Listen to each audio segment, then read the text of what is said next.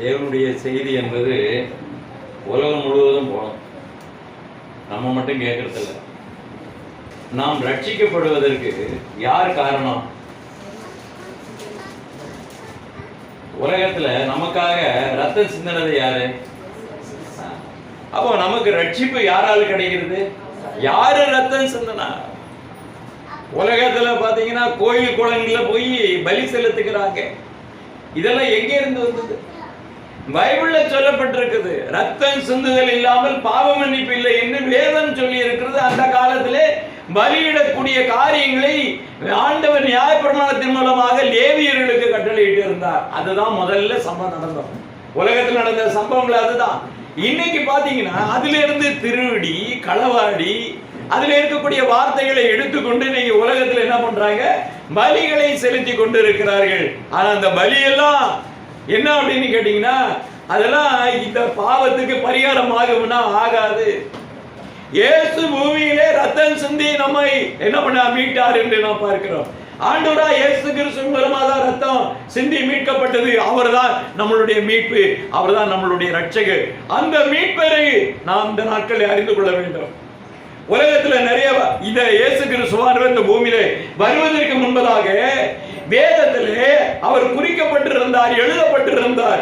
அவரை குறித்து உலகத்துக்கு சொல்லப்பட்டிருந்தது. அதான் முக்கியம்.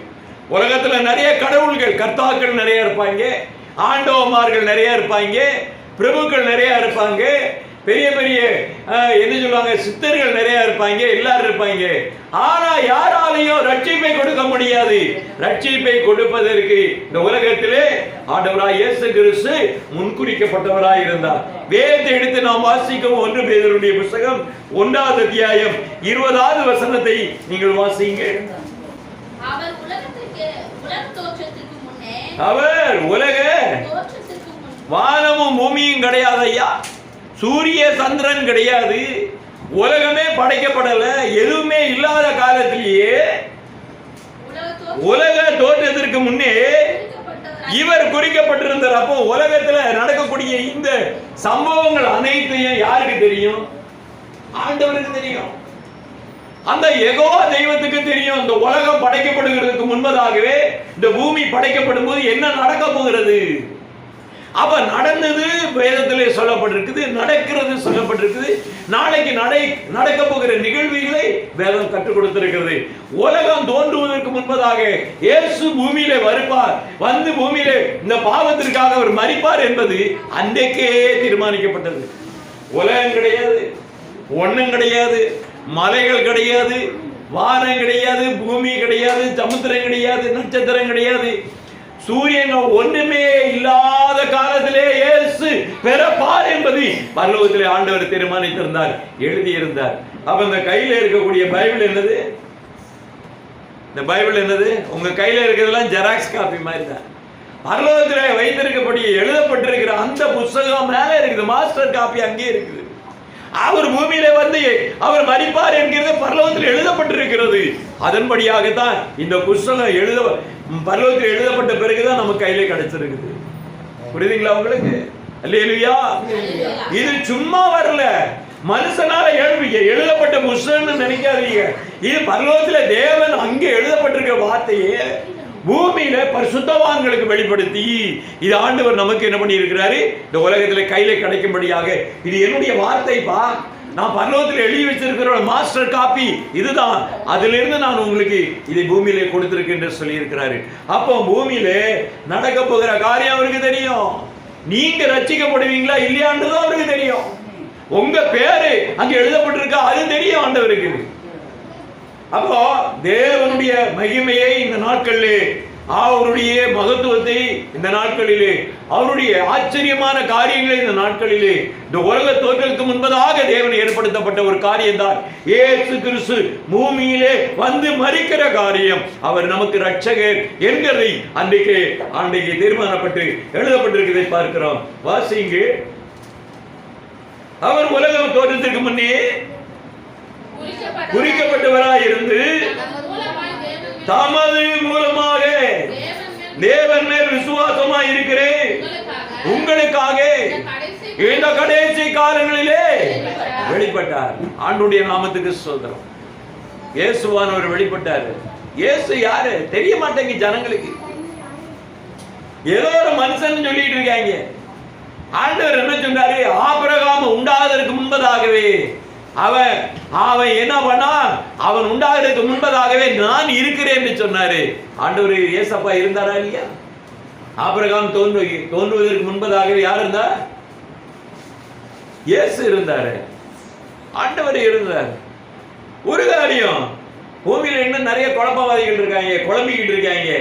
அவங்களுக்கு அந்த மூளையே கிடையாது. இந்த குழந்தைகள் தானே, குழந்தைகளுக்கு ஏதோ ஒண்ணுமே தெரியாது. ஏதோ சொன்னாலும் சரி அது பாட்டில் மண்டி ஆடிட்டு போகும். அப்படிதான் இன்னைக்கு நிறைய விசுவாசி வந்து மண்டி ஆட்டுற விசுவாசி குழந்தைகளாக உட்காந்துக்கிட்டு, மீசை முளைச்ச குழந்தைகள்லாம் நிறைய வருது, முடியெல்லாம் நரைச்ச குழந்தைகள்லாம் நிறைய வந்து உட்காந்துக்கிட்டு, பாட்டி தாத்தா மாதிரி குழந்தைகள்லாம் வந்துட்டு போகுது. பைபிள் கேட்டால் புரியாது. அதுங்களுக்கு பைபிள தெரியலன்னா என்ன பண்ண முடியாது? குழந்தைத்தனம் தானே. அப்போ ஏமாந்துட்டு இருக்க வேண்டியதுதான் அந்த உலகத்துல. ஆண்டவர் இயேசு யார் என்பது இந்த உலகத்துக்கு தெரியவில்லை. யோவானுடைய புத்தகம் 1வது வசனத்தை வாசிங்க. ஆதியிலே வார்த்தை இருந்தது, அந்த வார்த்தை தேவனிடத்தில் இருந்தது, அந்த வார்த்தை தேவனாய் இருந்தது. 10வது வசனத்தை வாசிங்க. அவர் உலகத்திலே இருந்தார், உலகம் அவர் மூலமாய் உண்டாயிற்று, உலகமும் அவரை அறியவில்லை. அன்னைக்கு உலகத்தை படைக்கும் போது அதே இயேசுவானவர் தான் படைத்தார். அவர் தான் அந்த உலகத்தில் இருந்தாரு. யாருக்கும் தெரியாது. உலகம் அறியல, ஜனங்கள் அறியல, பெரிய படித்த பண்டிதர்கள் அறியல, உலகத்தில் இருக்கிற பெரிய தத்துவ ஞானிகளுக்கு தெரியாது, எவனுக்குமே தெரியாது இந்த இயேசு பிரபு யார் என்பது தெரியாது. அவர் அன்னைக்கே உலகத்தில் இருந்தாரு. படைக்கப்படும் போது அவர் தான் எல்லா காரியங்களையும் செய்தார், அவர் தான் படைத்தார். அவருடைய வார்த்தையினால் படைக்கப்பட்டது. அவர் சொல்ல ஆகும், அது கட்டளையிட நிற்கும். அந்த மகத்துவம் உள்ள அந்த தெய்வம் தன் வார்த்தையினாலே எல்லாவற்றையும் உருவாக்கின மகா மேன்மைக்குரிய அந்த தெய்வத்தை இந்த உலகம் உணரல. 14வது வசனத்தை வாசிங்க. அந்த வார்த்தை தான் மாமிசமாகி பூமியிலே இயேசு என்கிற ஒரு நாமத்தையுடைய ஒரு மனுஷனாக ஆண்டவர் வெளிப்பட்டார். அல்லேலூயா. அவர் நமது இரட்சகர், நம்மை படைத்தவர், நம்மை மீட்பைக்கும்படியாக அவர் மனுஷனாக மனுஷத்திலே அவர் அவதரித்தார் என்று சொல்லப்பட்டிருக்கிறது. இயேசுவை குறித்ததான காரியத்தை, இயேசுவை குறித்த சாட்சி இந்த உலகத்துல சொல்லணும். அதுதான் தீர்க்க தரிசனத்தினுடைய ஆவி. கடைசி காலத்திலே இந்த பூமியிலே நடக்கக்கூடிய சம்பவங்களை அறிக்க வேண்டும், எச்சரிக்கை கொடுக்க வேண்டும். இயேசு வரப்போகிறார் என்று சொல்ல வேண்டும். அவர் பூமியை நியாயந்திருக்க வரப்போகிறார் என்று சொல்ல வேண்டும். ஜனங்களை நிச்சயமாக இந்த பூமியிலே அழிவு வரப்போகிறது, உலகம் அழிய போகிறது, நாசமாக போகிறது, யுத்தங்கள் நடக்க போகிறது, கொடிய வியாதிகள் வரப்போகிறது, பேரழிவுகள் வருகிறது, இந்த உலகத்திலே கொள்ளை நோய்கள் வருகிறது, பஞ்சங்கள் வருகிறது. இப்படிப்பட்ட பரிதாபமான கொடிய சம்பவங்கள் பூமியில் நடக்க போகிறது. உங்களை நீங்கள் ரட்சிக்க வேண்டுமானால் இயேசு கிறிஸ்துவை நம்ப வேண்டும், இயேசு கிறிஸ்துவை அறிய வேண்டும். அவர் சொன்ன தீர்க்க தரிசனம் நடக்கிறது. ஆனபடினாலே பேர் ஆபத்துகள் வரப்போகிறது, நீ இயேசுவை ஏற்றுக்கொள்ள வேண்டும். இதுதான் நம்ம கொடுக்கக்கூடிய செய்தி. இயேசுவை குறித்த மகா மகத்துவமான அந்த தெய்வத்தை குறித்து சொல்லுகிற சாட்சியாக இன்னைக்கு உங்களை வைத்திருக்கிறார் என்றால் நீங்க கற்றுக்கொள்ளாமல் சொல்ல முடியாது. தெரிஞ்சாதானே சொல்ல முடியும். வசனம் எழுதியிருக்கா இல்லையா, தேவ வசனம் சொல்லியிருக்கா இல்லையா. அதே மாதிரி 1 கொரிந்தியருடைய புத்தகம் 2வது அத்தியாயத்திலே 7-8 வாசிங்க. உலக தோற்றத்திற்கு முன்னே தேவன் தம்முடைய மகிமைக்காக ஏற்படுத்தினதும் மறைக்கப்பட்டிருக்குமான ரகசியமான தேவ ஞானம். மனுஷ ஞானம் இல்ல, தேவ ஞானம் என்ன, மனுஷ ஞானம் என்ன? மனுஷ ஞானத்துல ஆண்டவருடைய காரியங்களை உணர்ந்து கொள்ள முடியாது, வேத வாக்கியத்தை புரிந்து கொள்ள முடியாது. தேவ ஞானம் வேண்டும். வேதத்தினுடைய வார்த்தை கொடுத்தது பரலோகத்தில் எழுதப்பட்ட அந்த வார்த்தை பூமியில கொடுக்கப்பட்டிருக்கிறது. அந்த பாடம் அங்கு உள்ளது. அந்த பாடத்தை கொடுத்த அந்த வாத்தியார் அவர்தான் நமக்கு டீச் பண்ணணும். அவர் எழுதி கொடுக்கிறாருன்னா அவர் தான் நமக்கு உரைக்க வேண்டும், அவர் தான் நமக்கு வெளிப்படுத்த வேண்டும். மறைக்கப்பட்டிருக்கிற தேவ ஞானத்தை மனிதனால் வெளிப்படுத்த முடியாது, மனிதனுக்கு புரியாது, மனிதனுக்கு சொல்ல தெரியாது. அவன் குழந்தையா இருக்கிறான், ஒண்ணுமே தெரியாம இருக்கிறான், அவன் மண்ணா இருக்கிறான். அவன் மண்ணாக இருக்கிறான்னா ஆண்டவர் அவனுக்கு ஆவியை கொடுத்தார். மனுஷனா இருக்கிறான், அவனுக்கு கொடுத்த புத்தியும் ஞானமும் இந்த நாட்களிலே பார்க்கப்படும்போது தேவனுடைய வாழ்க்கையை, தேவனுடைய வார்த்தைக்கு செவி சாய்க்கிற மனிதனாக இல்லை. ஆண்டவருடைய உறவாடுகிற பிள்ளைகளுக்கு தான் அந்த வசனத்துடைய மகத்துவம் தெரியும். அதுக்கு தான் சபை கூடி வருதலை விட்டு விடாதீர்கள். கர்த்தருடைய வார்த்தையை நீங்கள் அறிந்து கொள்ளுங்கள், புரிந்து கொள்ளுங்கள், ஆண்டவருடைய ஞானத்தை பெற்றுக் கொள்ளுங்கள். அதைத்தான் சொல்கிறாரு. நம்முடைய ரட்சிப்புக்கு தேவை என்னன்னா தேவனுடைய ஞானம் அவசியம். அதுதான் நாங்கள் மறைக்கப்பட்டுள்ள தேவ ஞானத்தை நாங்கள் பேசுகிறோம். சொல்லுங்க, அந்த தேவ ஞானம் என்ன? உலகத்தில் மறைக்கப்பட்டுள்ள அந்த ஞானம் அதை இந்த பிரபஞ்சத்து பிரபுக்களில் ஒருவனும் அறியவில்லை. அறிந்தார்களானால் மகிமையின் கர்த்தரை அவர்கள் சிலுவையில அறைந்திருக்க மாட்டோம். புரிஞ்சுதா? இப்போ இவர் தான் யாவரு அப்படின்னு தெரிஞ்சிருந்தா ஒருத்தமுடைய சிலுவையில் அடிச்சிருக்க மாட்டான். அப்போ தேவ ஞானம் அவங்களுக்கு இல்ல, மறைபொருள. மனுஷனுக்கு எவனுக்குமே தெரியாது இயேசு யாருன்னு. இந்த ஏசப்பா யாருன்னு ஒருத்தனுக்கும் தெரியாது. எல்லாம் படிச்சிருப்பான், வெள்ளையும் சொல்லாம இருப்பான், நான் பெரிய இவன்மா, நாங்க எல்லாம் கற்றறிந்த ஞானிமா, இம்புட்டு நான் 30 டிகிரி படிச்சிருக்கேன், நான் 40 டிகிரி படிச்சிருக்கேன்மா, நான் எல்லா மொழியிலையும் பேசுவாமா. ஆனா இந்த ஞானம் இல்லைன்றார் ஆண்டவர். பெரிய மன்னனா இருப்பான், ராஜாவா இருப்பான், அவன் பெரிய உத்தியோகத்தில் இருப்பான், ஜட்ஜா இருப்பான், எல்லாம் இருப்பான். ஆனா இயேசுவை பற்றியே தெரியாது. அதான் சொல்லப்பட்டிருக்கு, பிரபஞ்சத்து பிரபுக்களில் ஒருவனும் அறியவில்லை. இந்த உலகத்தில் உள்ள படிப்பு மூலமா ஆண்டவரை படிக்கணும்னா கற்றுக்கொள்ள முடியாது. அவரு தான் சொல்லணும். அந்த தேவ ஞானம் மறைக்கப்பட்டிருந்தது. எரேமியாவுடைய புத்தகம் 24வது அத்தியாயம் 7வது வசனத்தை வாசிங்க. அதுல சொல்லி இருக்குது. எதுக்கு இதெல்லாம் நாம சொல்றோம்? ஏன் அந்த தேவ ஞானத்தை யாருமே பேச மாட்டாங்க, அந்த ரகசியத்தை யாரும் பேச மாட்டாங்க, எந்த திருச்சபையும் சொல்லாது, எந்த ஊழியக்காரர்களும் சொல்ல மாட்டாங்க. ஏன் அப்படின்னு கேட்டாக்க அவர்களுக்கு தெரியாது. தெரிஞ்சா தானே சொல்றதுக்கு. வாசிங்க எரேமியா 24வது அத்தியாயம் 7வது வசனம். நான் கர்த்தர் என்று அறியும்படி இருதயத்தை அவர்களுக்கு கொடுப்பேன், அவர்கள் என் ஜனமாய் இருப்பார்கள். அப்போ இந்த தேவஞானம் வெளிப்பட்டாதான் கர்த்தர் யார் என்பது அவங்களுக்கு தெரியும், இயேசு யார் என்பது தெரியும். அப்போ அந்த ஜனம் என்ன அறிந்த அந்த ஜனத்துக்கு தான் நான் கடவுள், அதுதான் என் ஜனம் அப்படின்னு சொல்லுகிறார். அதை தெரிஞ்சுக்கிட்டா தான் ஆண்டவருடைய பிள்ளைகளாகும்படி ஆண்டவர் அதிகாரத்தை கொடுப்பா. அதுதான் என் பிள்ளைகள், அதுதான் என் ஜனம் என்று சொல்லுகிறாரு. இயேசுவை பற்றி ஒண்ணுமே தெரியல, சரியா புரிஞ்சுக்கல அப்படின்னா அவருக்கு பிள்ளையா இருக்க முடியாது, அவருடைய ஜனமா இருக்க முடியாது. இதைத்தான் இங்கே சொல்லுகிறார். நானே அவர் என்று நீங்கள் அறியாவிட்டால் உங்கள் பாவங்களிலே சாவீர்கள். யோவானுடைய புத்தகம் 8வது அத்தியாயம் 24வது வசனத்தை வாசிங்க. இயேசு கிறிஸ்துவை பற்றி இன்னைக்கு சுய ஞானத்தினால இயேசுவை தேடுனா தெரியவே முடியாது. எத்தனைதான் பைபிளை 10 தரம் படிச்சாலும் 20 தரம் படிச்சாலும் இயேசு கிறிஸ்து யாருன்னு தெரியாது. வாசிங்க ரோமர் யோவான் 8:24 வாசிங்க. ஆகையால் நீங்கள் பாவங்களிலே சாவீர்கள். எந்த பாவத்துல சாக போறான் தெரியுமா? எந்த பாவத்துல சாக போறான் பாருங்க. நானே அவர் என்று அறியாவிட்டால் உங்கள் பாவங்களில், நான் தான் உயிருள்ள தேவன், நான் தான் படைத்தது, நான் தான் உருவாக்கினது, நான் தான் உங்க மீட்பு, நானே உங்கள் ரட்சகர். இந்த பூமியில நான் தான் ஆண்டவரும் போதகரும் நான் தான் வார்த்தையா இருந்தேன், நான் தான் மாமிசமாகி வெளிப்பட்டேன்.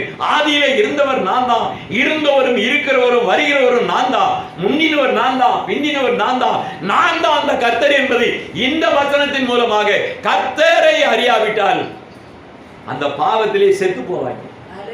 அல்லேலூயா. இயேசு யார் என்கிறதை தெரியலனா பெரிய மரணம் இருக்கிறது. இயேசு கிறிஸ்துவை அறியாமல் ஜனங்கள் சாகிறார்கள். இயேசுவை அறிவிக்க வேண்டும் என்று உங்கள் ஆண்டவர் என்ன சொல்றாருன்னா, நீங்கள் எனக்கு சாட்சிகள் என்று சொன்னாரு. என்ன சொன்னாரு? நீங்க யாருங்க ஐயா? நீங்க யாரு ஐயா? சாட்சினா சாட்சி சொல்லணுமா வேண்டாமா? சொல்லணும் இல்ல? ஏசப்பா சோதரம். 1 தீமோத்தேயு 3:16 வாசிங்க.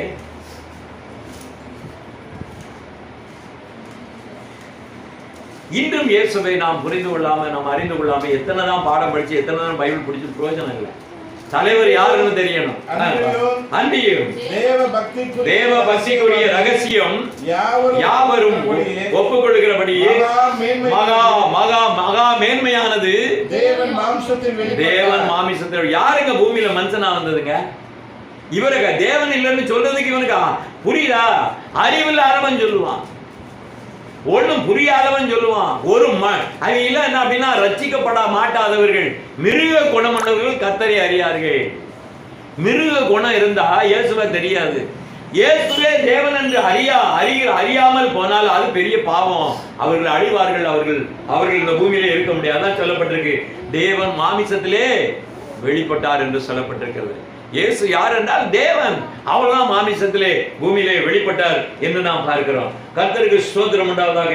இப்படிப்பட்ட அந்த தெய்வம், இப்படிப்பட்ட ஆண்டவர், இப்படிப்பட்ட ரட்சகர், இந்த கடைசி காலத்தில் வெளிப்பட்ட அந்த ஆண்டவர் நமக்கு இன்னைக்கு என்ன சொல்கிறார் என்று பார்க்கப்படும்போது, நீங்கள் பாவத்துக்கு ஏதுவான மரணத்துக்கு ஏதுவான கனிகளை நீங்கள் விட்டீர்களானால் உங்களுக்கு இந்த உலகத்திலே ரட்சிப்பே கிடையாது. பாவம் செய்யாத என்ற நான் பரிசுத்தராயிருக்கிற, நீ பரிசுத்தமாயிரு, என் வசனத்தை கை கொண்டு கீழ்ப்படிந்து நீ பரிசுத்தமாவு ஆண்டவர் சொல்லுகிறார். இன்னைக்கு என்ன அப்படின்னு கேட்டாக்க, ஐயா நீங்க என்ன பேசுறீங்க ஐயா, நாங்க பரிசுத்த மாவை பத்தி பேசுகிறோம், நாங்க ஆத்துமாவை பத்தி பேசுறோம். கடையில எல்லா மாவும் விற்குது, பரிசுத்த மாவும் இல்ல, ஆத்துமாவும் தெரிய மாட்டேங்குது, அந்த கடையில விற்க மாட்டேங்கிறாங்க, அந்த செட்டியாருக்கு என்ன தெரியுதுன்றாங்க. ஒரு ஊர்ல போய் பிரசங்கம் பண்ணும்போது, நீங்க என்ன பண்றீங்கன்னா, நாங்க எதுக்காக வந்திருக்கோம், நாங்க ஆத்மாவுக்காக வந்திருக்கோம், அந்த மாவு எங்க கடையில கிடையாதுன்றா. அப்ப எந்த அளவுக்கு இன்னைக்கு ஜனங்கள் இருக்காங்க, எந்த அளவுக்கு இவங்க ஊழியம் நடக்குது உலகத்துல. எங்கெங்க பைபிளை பத்தி சொல்றாங்க, சும்மா ஒரு பாட்டு ஒரு துதி, உடனே ஓன்னு கைதட்டுறது, உடனே காணிக்க வேண்டும் ஓடியே விடுறாங்க. இன்னைக்கு ரட்சிப்புக்கு யாரும் இயேசுவை அறிகின்ற அறிவில வளர்ந்தாதான் ரட்சிப்பு. இயேசுவிடத்துல அன்பு கூறினாதான் ரட்சிப்பு. அவர் இருக்கிற தேவனா இருக்கிறார். ஆனா ஒரு காரியத்தை நல்லா தெரிஞ்சுங்க, நான் சர்ச்சுக்கு வந்துட்டேன், பைபிளை படிக்கிறேன், பாட்டு பாடிட்டேன், ஜெபம் பண்ணிட்டேன், நான் ரட்சிக்கப்படுவேனா? அப்படியாக நம்ம ரட்சிக்கப்பட முடியுமா? சொல்லுங்க சொல்லுங்க, ஒன்னும் வாயத்தர சொல்லுங்க, அப்பதான் நிறைய காரியங்களை கற்றுக்கொள்ள முடியும். இதுல என்ன சொல்லி இருக்கு அப்படின்னா, பரிசுத்தமாக்குகிறவர் நான் தான், உன்னை சுத்தப்படுத்துகிறவர் நான் தான். அதான் சொல்லுகிறார். ஏற்றுக்கொள்ளுங்கள். ரோமருடைய புத்தகத்துல 7வது அத்தியாயம் 19வது வசனம் 20வது வசனத்தை வாசிங்க. ஆதலால் நான் விரும்புகிற நன்மையை செய்யாமல் விரும்பாத தீமையை செய்கிறேன். ஏன் செய்யறான்? ஏன் தீமை செய்யறான்? நல்லா இருக்கணும், நல்லவனா இருக்கணும், நம்ம ஒழுக்கமா இருக்கணும், ஆண்டவருடைய பிள்ளையா இருக்கணும் நம்ம நினைக்கிறோம். ஆனா நம்ம மனசு அங்க இழுத்துக்கிட்டு போகுது. நம்ம மனசு இந்த பக்கம் இழுத்துக்கிட்டு போகுது, அங்கங்க இழுக்குது, எங்கெங்க இழுக்குது, எங்கெங்கயோ இழுத்துக்கிட்டு போகுது. அவர் போய் என்ன பண்ணுவாரு, கண்டதெல்லாம் பார்ப்பாரு, கண்ட படமெல்லாம் பார்ப்பாரு. அப்புறம் என்ன நடக்குது? விரும்பாத காரியங்களை செய்கிறார் என்றால் என்ன காரணம்? பாத்தீங்க, விரும்பாத தீமையை செய்கிறேன் நான் அல்ல, எனக்குள்ளே பாவம் வாசம். நிர்பந்தமான மனுஷன் நிர்பந்த மனுஷன் நான், இந்த மரணத்திலிருந்து, மரண சரீரத்திலிருந்து யார் என்னை விடுதலையாக்க? பாத்தீங்களா, நம்ம வாழ்க்கையில் என்ன அப்படின்னா, சரீரத்திலே போராட்டம், ஆத்மாவில போராட்டம், ஆவியில போராட்டம். இதுல இருந்து நம்ம விடுதலை ஆகணும்னா இயேசுவானவர் நம்மளை விடுவிக்கணும், வேற ஒண்ணுமே கிடையாது. இயேசுவை அறிகிற அறிவை, சத்தியத்தை அறிங்கள், சத்தியம் உங்களை விடுதலை. இயேசுதான் அந்த நானே வழி சத்தியமும் ஜீவன், என்னை அறிஞ்சிட்டா உன் பாவம் ஓடி இருப்பா அப்படின்ட்டு. இயேசுவை அறிஞ்சுக்கிட்டா நம்ம இடத்துல இருக்கக்கூடிய எல்லா பாவமும் தொலைஞ்சு போகுது. புரியுதா உங்களுக்கு? இன்னைக்கு இயேசுவை தெரியாம தான் பாவம் பண்ணிட்டு இருக்காங்க. ஏன் கிறிஸ்தவனா இருந்து தப்பு பண்ணானா? இயேசுவை அறியவில்லை. யார் அறியல? இயேசு கிறிஸ்துவ அறியவில்லை. அறிந்தார்கள் வேத தியானம் இருந்து தேவ